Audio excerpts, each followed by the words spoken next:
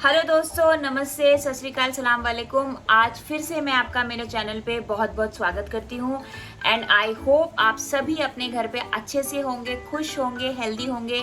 तो गाइस, ज़्यादा बातें ना करते हुए मैं डायरेक्टली आपको बता देती हूँ आज का जो टॉपिक होने वाला है गाइस, वो है हाउ टू मेक स्वेटर। जी नहीं, मैं आपको नहीं बताने वाली हूँ कि कैसे बनाते हैं। मैंने अभी ये फ्रंट और बैक रेडी किया है मेरी बेटी का। अभी मैंने इसको कंबाइन नहीं किया क्योंकि मैं आपको दिखाने वाली हूँ कि मैं आपको बताने वाली हूँ कि इसको शुरू करने से पहले मुझसे क्या क्या मिस्टेक हुई और इसको बनाते टाइम मुझसे क्या क्या मिस्टेक हुई और ओवरऑल जो मैंने समझा इस चीज़ को कि आपको एक स्वेटर बनाने से पहले आपको क्या क्या तैयारियां करनी चाहिए, आपको क्या क्या ज़रूरत पड़ने वाली है, तो उसके बारे में आज ये वीडियो होने वाली है और ये मैं आपको पूरा खोल के दिखाऊंगी। फिर इसको जोड़ने के बाद बेटी को भी पहना के दिखाऊंगी कि ये कैसा बना है। ये मैंने पहली बार बनाया है। तो चलिए गाइस, वीडियो स्टार्ट करते हैं। मेरी वीडियो में एंड तक बने रहें तो आपको प्रॉपर इन्फॉर्मेशन मिल जाएगी कि बिगनर्स को स्वेटर बनाने से पहले क्या तैयारियां करनी चाहिए। तो चलिए वीडियो स्टार्ट करते हैं। तो गाइस, चलिए मैं आपको दिखाने वाली हूँ एक साइड जिसमें मैं आपको दिखाने वाली हूँ कि मैंने क्या क्या मिस्टेक करी हैं और बात करेंगे कि मुझसे ये मिस्टेक क्यों हुई है। तो पहले मैं आपको डिटेल में दिखाती हूँ कि जो मैंने इसका फर्स्ट पार्ट बनाया है उसमें मेरे को क्या क्या मिस्टेक हुई है और आपको देख के ही पता चल जाएगा कि इस स्वेटर में फिनिशिंग बिल्कुल भी नहीं है और वाकई में जिसने भी बनाया है पहली बार बनाया है। तो सबसे पहले मैं आपको स्वेटर दिखा देती हूँ। ये देखिए, अब ये बैक में जाएगा, फ्रंट में जाएगा, ये तो मैं आपको पूरा रेडी करके ही दिखा दूंगी। तो अब मैं आपको दिखाती हूँ कि देखिए इसमें जो सबसे पहली जो गड़बड़ हुई है, ऑफ कोर्स पहली बार मैंने बनाया है तो पहली बार में तो कोई मास्टर होता नहीं है। सिर्फ मुझे उल्टी सीधी सिलाई करनी आती थी और थोड़ा बहुत जो मुझे पता था उस हिसाब के अकॉर्डिंगली मैंने बनाया है।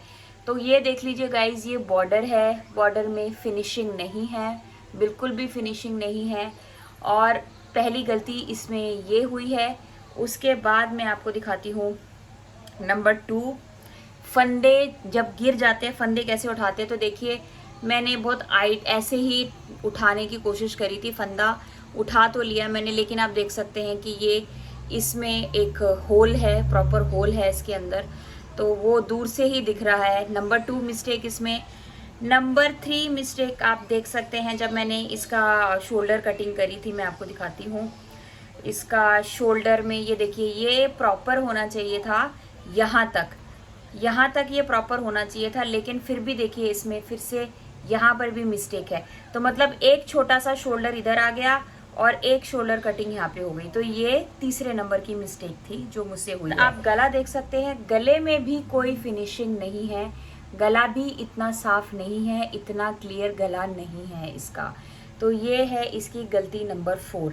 तो ये एक साइड का स्वेटर है जो मैंने सबसे पहले बनाया, जो इसमें मुझसे ये मिस्टेक्स हो गई। ये इसका दूसरा पार्ट है और इसको फ्रंट बोले बैक बोले, मुझे लगता है मैं ये फ्रंट में लगाने वाली, क्योंकि एटलीस्ट यहाँ तक जब मैं इसका दूसरा पार्ट बनाने लगी तब मेरा हाथ बैठ गया था और आप देख सकते हैं जब मेरा हाथ बैठ गया तो मैंने सीधी और उल्टी जो है एक प्रॉपर अच्छे तरीके से इसकी स्टिचिंग मैंने कर ली है। और इधर कोई फंदा मेरे से नहीं गिरा था, आप लोग देख सकते हैं फंदा नहीं गिरा मेरे से। और बाजू में फिनिशिंग इसमें भी नहीं आया उस तरीके से कटिंग में। पर यह है कि इसमें मैंने डबल नहीं निकाला, ये एटलीस्ट इसमें ठीक था, ये मिस्टेक मुझसे इसमें नहीं हुई। और पर गले की फिनिशिंग नहीं है। तो अब मैं आपको बताती हूँ कि स्वेटर बनाने से पहले जो आपको तैयारी करनी चाहिए, जो मुझे भी करनी चाहिए थी, लेकिन मैंने जस्ट ऐसे इमेजिन कर लिया कि चलो स्टार्ट करते हैं। बस एक सिलाई विलाई ऐसी पड़ी हुई थी, ले आई, ऊन मंगवा लिया, मतलब ऊन लेके आ गए और स्टार्ट कर दिया। बट ऐसे नहीं होता। किसी भी काम को करने से पहले उसकी तैयारी, उसकी प्रिपरेशन और उसकी नॉलेज थोड़ी बहुत होना बहुत ही ज़्यादा ज़रूरी है। तो चलिए अब मैं बताने वाली हूँ आपको कि आपको स्वेटर स्टार्ट करने से पहले आपको किस किस चीज़ की ज़रूरत पड़ने वाली है। तो गाइस, सबसे पहले नंबर 1 जो आपके पास होना चाहिए, ऑफ कोर्स आपके पास एक होनी चाहिए डायरी, जिसमें आप पूरी डिटेल लिख सकें कि आप कितने फंदों का बना रहे हैं। अगर बच्चे का बना रहे हैं तो कितने फंदे होने चाहिए और बॉर्डर कितना सेंटीमीटर बड़ा होना चाहिए, कितना बड़ा उसको रखना है। उसके बाद बॉर्डर कंप्लीट होने के बाद आपके फंदे आपको कितने बढ़ाने हैं उसके बाद मतलब एक एक जो डिटेल है अगर आपने डायरी में लिख ली तो बेसिकली जब आप दूसरा उसका भाग बनाने के लिए जाएंगे, अगर उसका आपने फ्रंट बनाया है तो अगर उसका बैक बनाने जाएंगे तो आपको याद रहेगा क्योंकि आपने डायरी में। के बाद बारी आती है सिलाइयों की। आप देख सकते हैं ये 2 सिलाई है, ये है नंबर 10 इंडिया के अकॉर्डिंगली और ये है नंबर 9। तो यहाँ पर लंदन में मिलती है 5 mm और ये है 4 mm। तो बेसिकली 5 mm से बॉर्डर बनता है, मतलब बनाते हैं, और जो उससे 1 नंबर कम होता है, छोटा होता है, उससे हम लोग क्या कहते हैं ऊपर का स्वेटर बनाना शुरू करते हैं। उसके बाद आपको ज़रूरत पड़ने वाली है एक क्रोशिया की, क्योंकि आप पहली बार अगर बनाने के लिए जाओगे तो आप गलती से आपके फंदे गिरेंगे ही गिरेंगे, चाहे कुछ भी हो जाए। तो इस क्रोशिया से मुझे बहुत हेल्प मिली फंदे उठाने के लिए, क्योंकि आप कोई सी भी वीडियो देख लेंगे तो उसमें आपको बता देंगे फंदे क्रोशिया से कैसे उठाते हैं, और इससे बहुत इजी हुआ मुझे। सिलाई से कैसे फंदे उठाते हैं उसका मुझे बिल्कुल इन्फॉर्मेशन नहीं है, कोई नॉलेज नहीं है, और मैं उसे उठाना भी नहीं चाहती। इससे मुझे इजी लगता है उठाने के लिए। तो तीसरे नंबर पर आपके पास एक क्रोशिया होना चाहिए फंदे उठाने के लिए। जी हाँ, उसके बाद बारी आती है आपकी इंची टेप की। ये बहुत ही इम्पॉर्टेंट है क्योंकि आपको कितने इंचेस बॉर्डर रखना है, आपको कितना आपका आर्म होल होना चाहिए, और जो अगर आपने फर्स्ट पार्ट जो आप बनाते हो अगर उसकी इन्फॉर्मेशन प्रॉपरली आपने अच्छे से मेजरमेंट, अच्छे से फंदे आपको पता होंगे, आपने इंचेस को आपने नापा होगा, लिखा होगा, तो सच में गाइज आपको बिल्कुल भी परेशान होने वाली बात नहीं होगी। आप अच्छे से अपने स्वेटर को कंप्लीट कर लेंगे, अच्छे से बना लेंगे। उसके बाद बारी आती है ये कुछ छोटी पिन्स। बेसिकली जैसे आप फंदे जब घटाते हो तो पार्टीशन के टाइम पे आपको हेल्प मिल जाएगी इससे, तो कुछ एक्स्ट्रा खरीदने की ज़रूरत नहीं है। तो ये पिन्स, छोटी पिन्स अगर आपके पास ऑलरेडी हैं तो ये पार्टीशन करने के लिए आपको बहुत हेल्प करने वाली हैं। तो कुछ पिन्स, ये तो एक छोटी सीज़र की आपको ज़रूरत पड़ने वाली, तो सीज़र भी आपके पास होनी चाहिए, क्योंकि द लेक ऑफ इन्फॉर्मेशन कुछ चीज़ें थी मेरे पास जिससे मैंने स्टार्ट तो कर लिया था। मैं बहुत एक्साइटेड थी क्योंकि मैंने सोचा अभी सर्दी आने में थोड़ा टाइम है, चलो क्यों ना अपनी बेटी के लिए 2 हाफ स्वेटर में बना लूँ सिर्फ घर पे पहनाने के लिए। अब शुरुआत तो मैंने कर ली, लेकिन शुरुआत करने के बाद मैंने मिस्टेक यही किया कि मैंने नोट डाउन नहीं किया, मैंने इंचेस नहीं नापे। लेकिन मैंने अपनी मिस्टेक से लर्न किया और मैंने ये इन्फॉर्मेशन कलेक्ट करी। तो मैंने कहा चलो क्यों ना मैं अपने व्यूअर्स के साथ आपको बताती हूँ, ताकि आप अगर फ्यूचर में अपने बच्चों के लिए या किसी के लिए भी स्वेटर बनाने का सोच रहे हैं तो बिल्कुल आप बना सकते हैं अगर आपके पास टाइम है। तो आपको जो चीज़ें की ज़रूरत पड़ने वाली वो मैंने आपको इस वीडियो में दिखा दी है। स्वेटर बनाते टाइम 2 टिप जो मैं आपको देना चाहती हूँ, जो मैंने भी करने के बाद मुझे समझ आई। पहली तो ये कि क्रोशिया भी, अगर आपको साइज़ के बारे में मैं बोलती हूँ, क्रोशिया आपके ऊन के साइज़ से ना पतला रखें।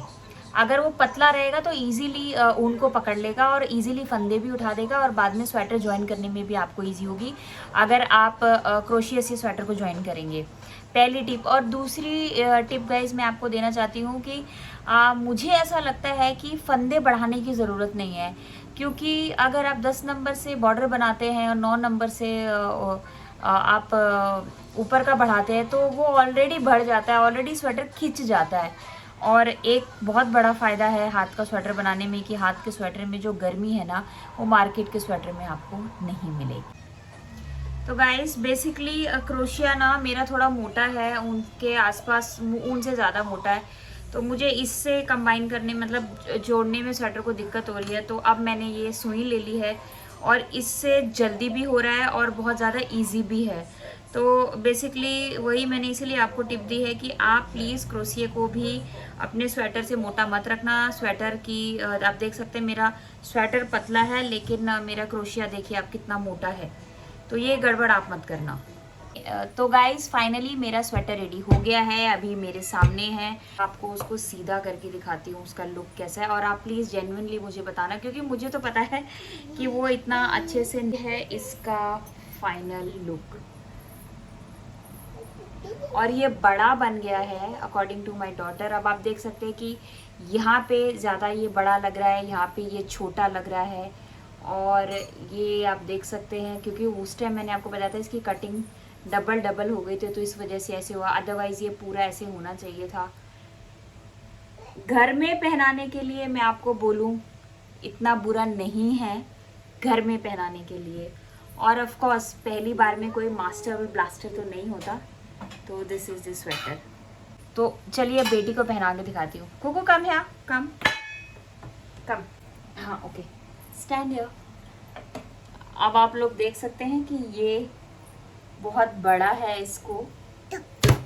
ओके वेट वेट, ये देख लीजिए आप, पूरा इसका नीचे डायपर वाइपर सब कवर हो गया है। सो लुक हियर से हाय एवरीवन, हाय फ्रेंड्स। से मम्मा ने पहली बार ही बनाया है ये और बन गया है, लेकिन बहुत बड़ा बना है।